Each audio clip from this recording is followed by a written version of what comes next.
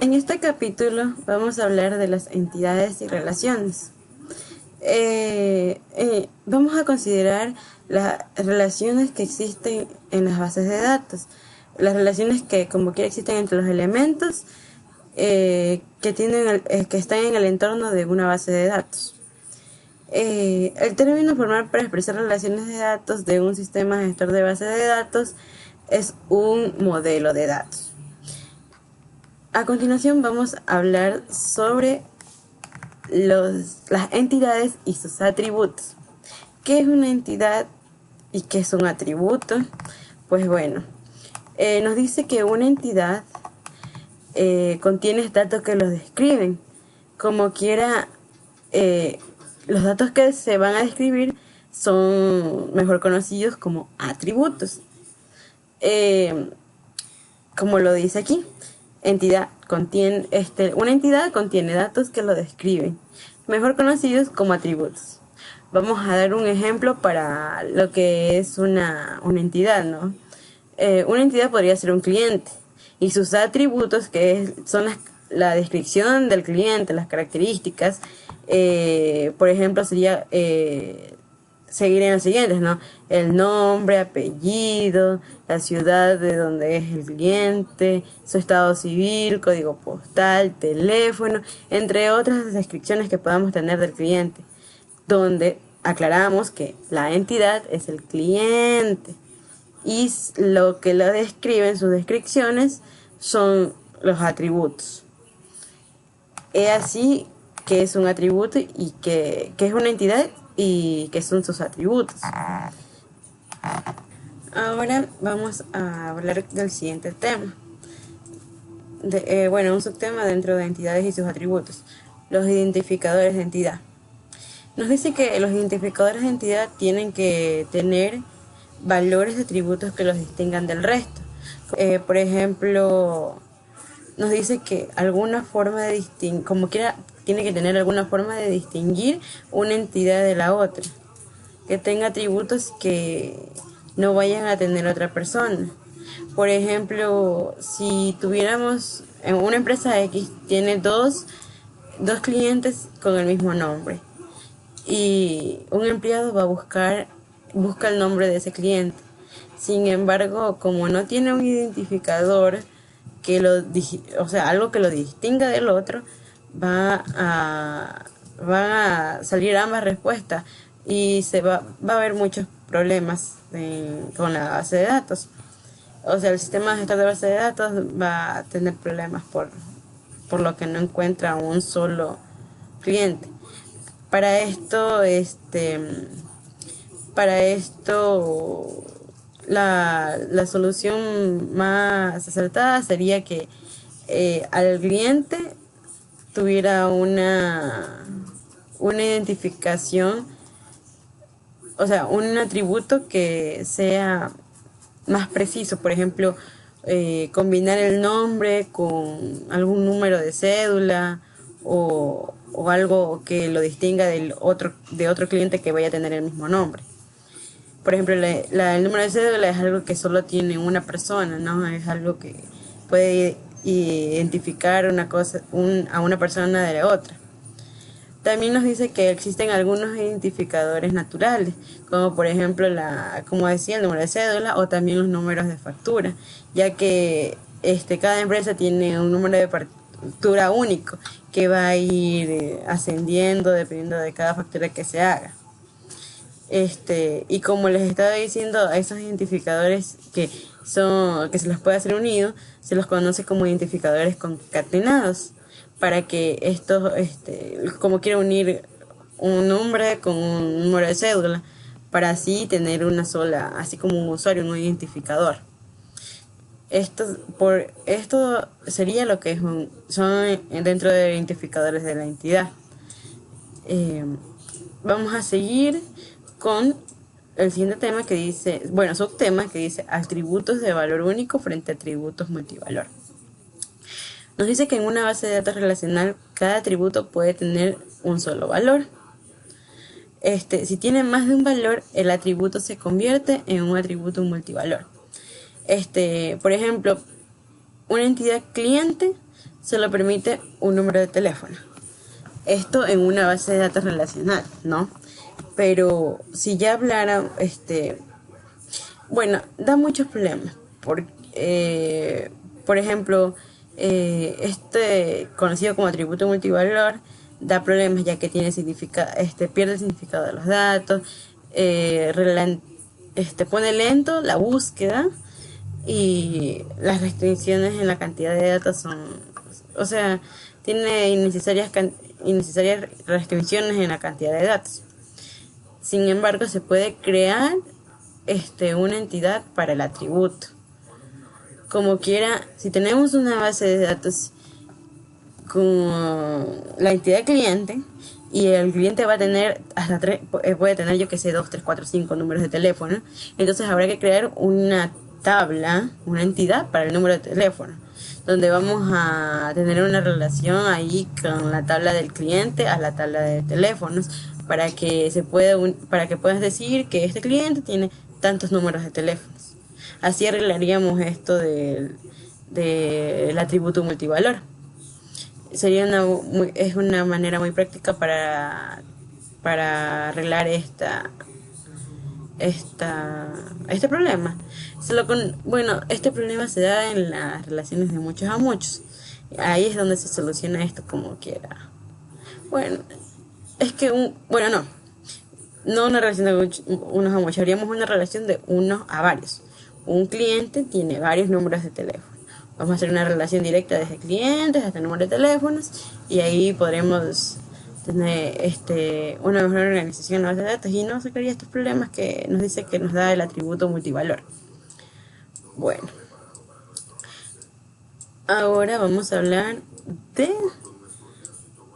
el siguiente subtema que dice cómo evitar colecciones de entidades.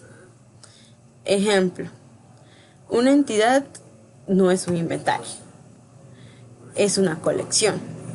O sea, es una colección de artículos. Una entidad serían los artículos, ya que vamos a tener una entidad que se llame artículos y vamos a tener las descripciones de estos artículos que son los atributos, yo que sé, el nombre de ese artículo, cuánto cuesta, la fecha en que llegó, cosas así por el estilo. Y vamos a tener otras cosas donde nos dice que otras entidades donde nos podrían detallar en qué bodega se encuentra, las bodegas existentes donde se pueden almacenar los artículos, y de esta manera podríamos hacer un inventario, pero sería estaría atrapando diferentes entidades para llegar a tener el inventario, ¿no? Por eso se le dice colección de entidades. Ahora vamos a hablar de la documentación de entidades y sus atributos. Este tema también podemos distinguirlo por entidad-relación. Nos dice que existen 3 modelos de entidad-relación. El modelo de Chen, el de Ingeniería de la Información IE y el lenguaje de modelado unificado UML. Nos dice que en el modelo de Chen podemos ver que este es el más común, el que más se utiliza. En él se pueden incluir atributos, antes no, pero ahora se pueden incluir atributos que están representados en óvalos, círculos, de aquí. Y los cuadrados los rectángulos son las entidades. Este tipo rombo es como quiera la relación que existe entre ambas entidades.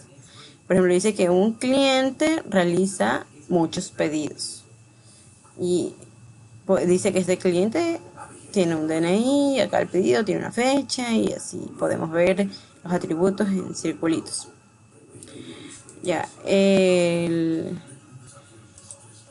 De la ingeniería de la información y mejor conocido como IE, ¿no? O también las patas de garzo o algo así. Como pueden ver, es representado de esta forma. La entidad hotel con sus atributos y la relación que tiene con otras entidades. Así, uy. Por último, el lenguaje. Por último, el lenguaje de modelado unificado, que es este de aquí, donde se puede ver que aquí están la entidad universidad con sus atributos y nos dice también qué podemos hacer con estas entidades: añadir estudiantes, quitar estudiantes, obtener estudiantes y así sucesivamente. De aquí, por ejemplo, como pueden ver, bueno, eso por un lado en la documentación de entidades y sus atributos. Bueno, ahora vamos a hablar de otro tema dentro de entidades y relaciones que nos dice dominios. Nos cuenta que cada dominio, los dominios dice que cada atributo tiene un dominio, como quiera una expresión de los valores permisibles por este atributo, ¿no?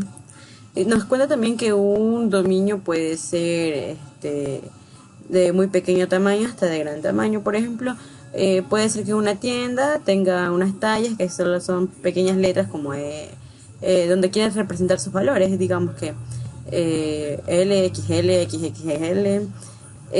Bueno, como quiera, pero existen otros más largos. Por ejemplo, los nombres de un cliente, y ahí ya tendrían que utilizar una cadena más larga, porque no sabemos, hay nombres que son muy largos, ¿no? Bueno, dentro de esto está la documentación de dominios. Nos dice que los diagramas de entidad-relación por lo general no incluyen dominios. Sin embargo, en el diagrama de entidad-relación dentro del método de Chen se puede incluir dominios debajo de cada atributo, o sea, de cada ovalito ese que les enseñé antes se puede poner el dominio de tal atributo. Por ejemplo, ya les voy a enseñar más adelante, un poquito más adelante de esto.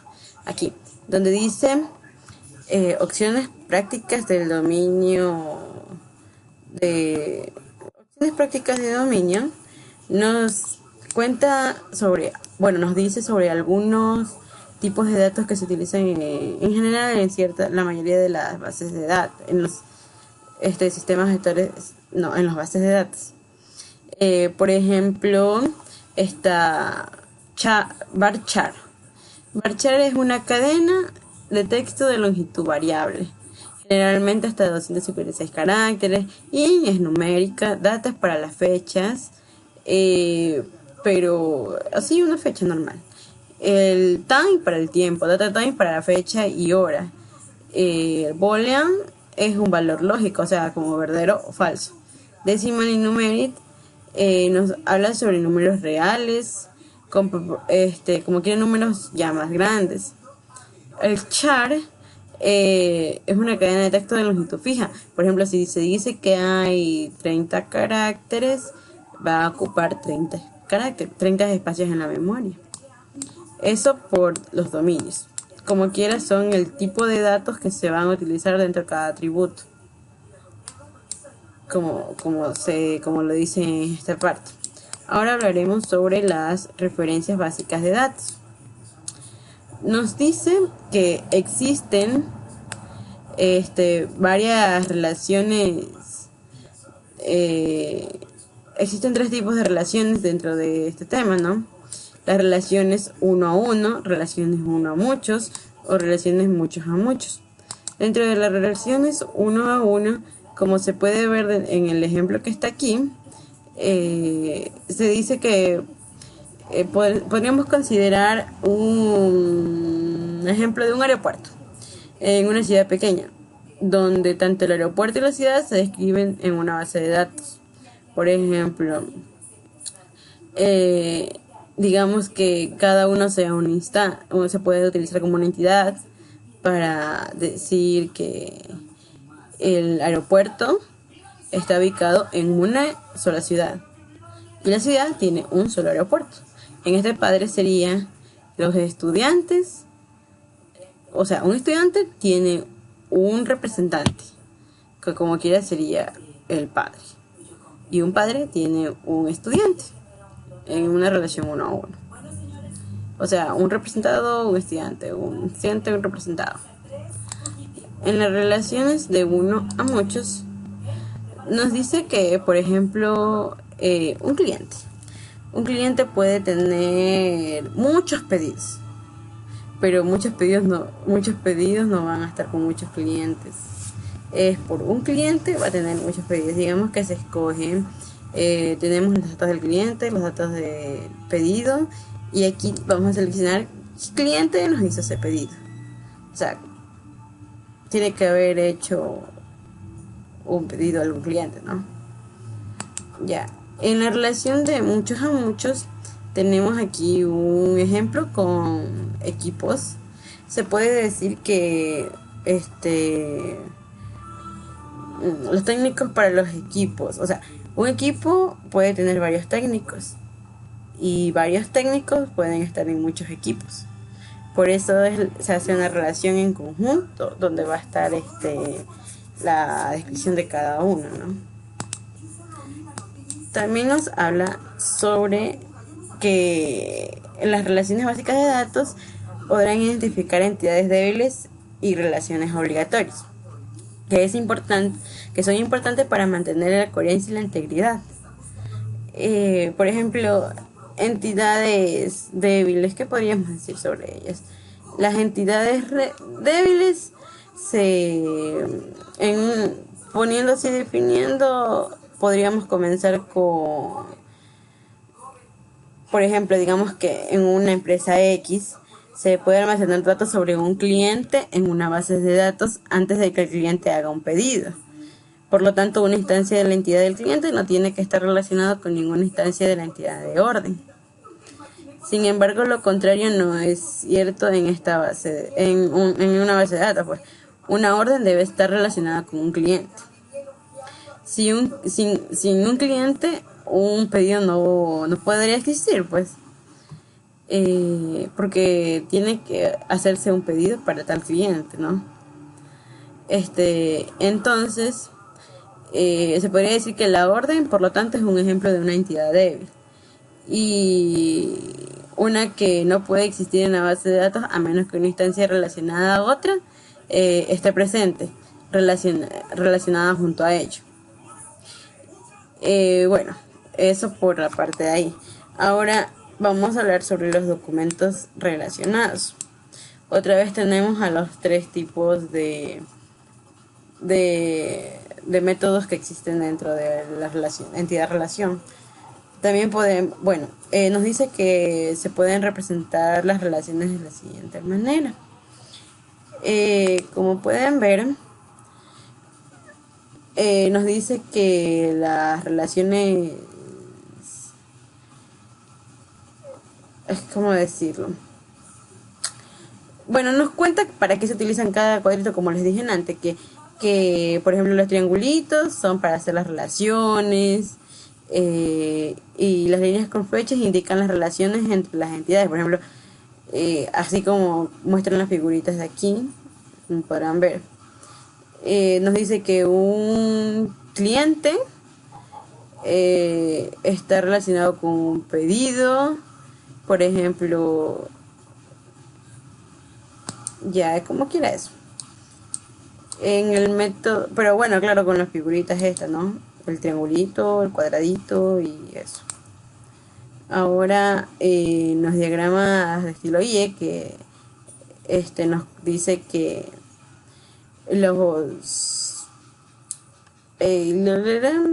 por ejemplo, aquí nos dice que está la relación de la patita esa que les hablé antes. Dice que este formato intercambia simplicidad entre los ejemplos de la línea para agregar información. podemos considerar que es lo mismo que una relación de uno a muchos, que esta de aquí que se utiliza muy seguido en los diagramas, en las bases de datos. Se podría decir que existen también ciertos símbolos que son utilizados en los extremos de las líneas de un diagrama IE. Por ejemplo, este de aquí, el de dos palitos, dice que es 1 y solo 1. El 0, 0 o 1. El 1, 1 más relación. Y el, o sea, mayor a 1, mayor a 0, 0, 1 o más.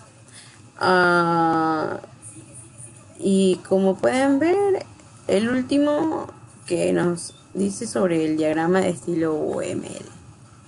Acá casi lo mismo, acá nos dice que trabaja con 1, 1 y 0. Por ejemplo, estas son las relaciones que podrían existir, ¿no? Para las relaciones entre entidades es muy similar a la notación IE. Sin embargo, los símbolos en los extremos de las líneas se reemplazan por representaciones numéricas, aquí en las esquinitas como pueden ver, 1 y 0. Eso para lo que es la representación de las referencias básicas de datos. Ahora, aquí podremos ver un ejemplo de las relaciones básicas para la empresa Antique Opticals, una empresa que nos da de ejemplo el libro. Dice que en este diagrama podemos ver que como mucho existen 4 relaciones. Pero eso es un ejemplo que podemos dar después. ¿Qué podemos dejarle? Ahora, las entidades y relaciones también tienen una parte que nos habla de acuerdo con las relaciones de muchos a muchos, ya que en esta parte de aquí se suele haber bastantes problemas. Entonces nos dice que existen problemas que se solucionan con entidades compuestas. Esas se usan para almacenar datos relacionados.